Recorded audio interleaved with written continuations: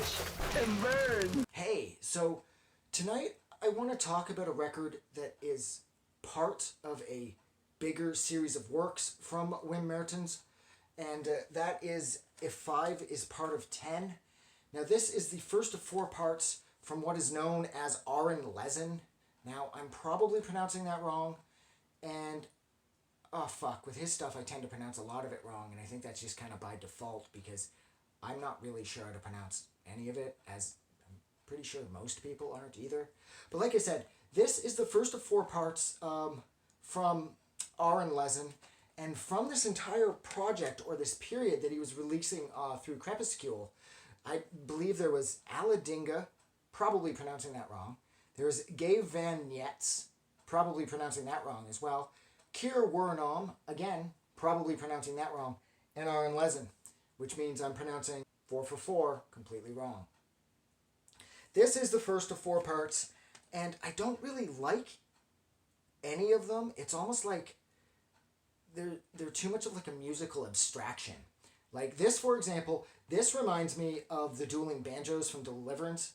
This is more like dueling violins. There's a pair of violins that I feel that are in constant competition with each other throughout the course of the handful of discs that come from this rather lengthy work. I mean, each disc runs 42 minutes, 59 minutes, 63 minutes, and 38 minutes.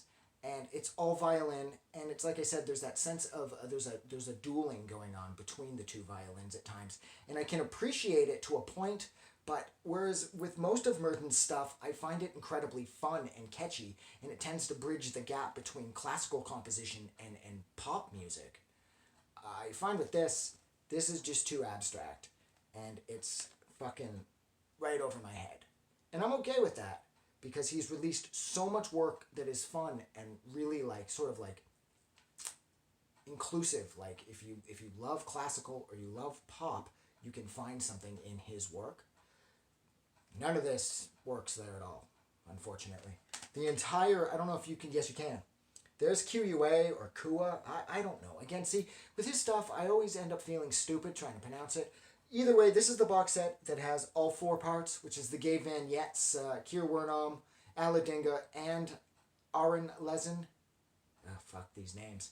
All of them are in here. There's 35 or 36 discs. EMI re-released, well, EMI re-released pretty much his entire catalog a number of years back, and they did a box set for all of those. They were originally released on Crepuscule. They're incredibly expensive to piece together on their own, and this was the only one I managed to get my hands on before I discovered that, and I purchased that off Amazon, I think for like $180 or $200, expecting to find it would be a box set of like Wim Mertens like catchy fun.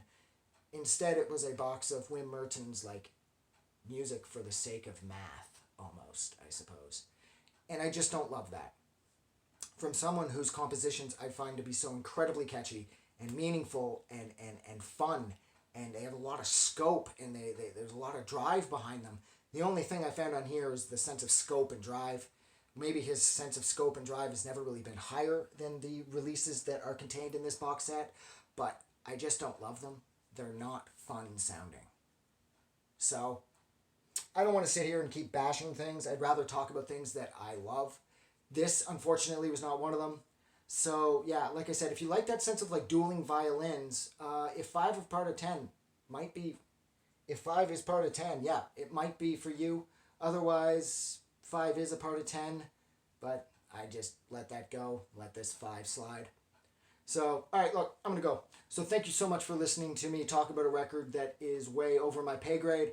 I really appreciate it. Don't forget to like and subscribe, even though the video that I have playing the outro there is going to say it again, which I imagine is quite frustrating to hear immediately after I've already begged for a like and subscribe here. But I'm doing it anyways. So thank you so much, and don't forget, you guys are awesome. Thank you, and have a good night. I just wanted to say thank you for making it through the entire video. I really appreciate it. And I'm going to remind everyone one more time, even though I've probably already done this in the video that you just watched, to please click the like button as well as the subscribe button, because it helps this channel grow. And thank you for hitting like and subscribe, and we will see you guys really soon.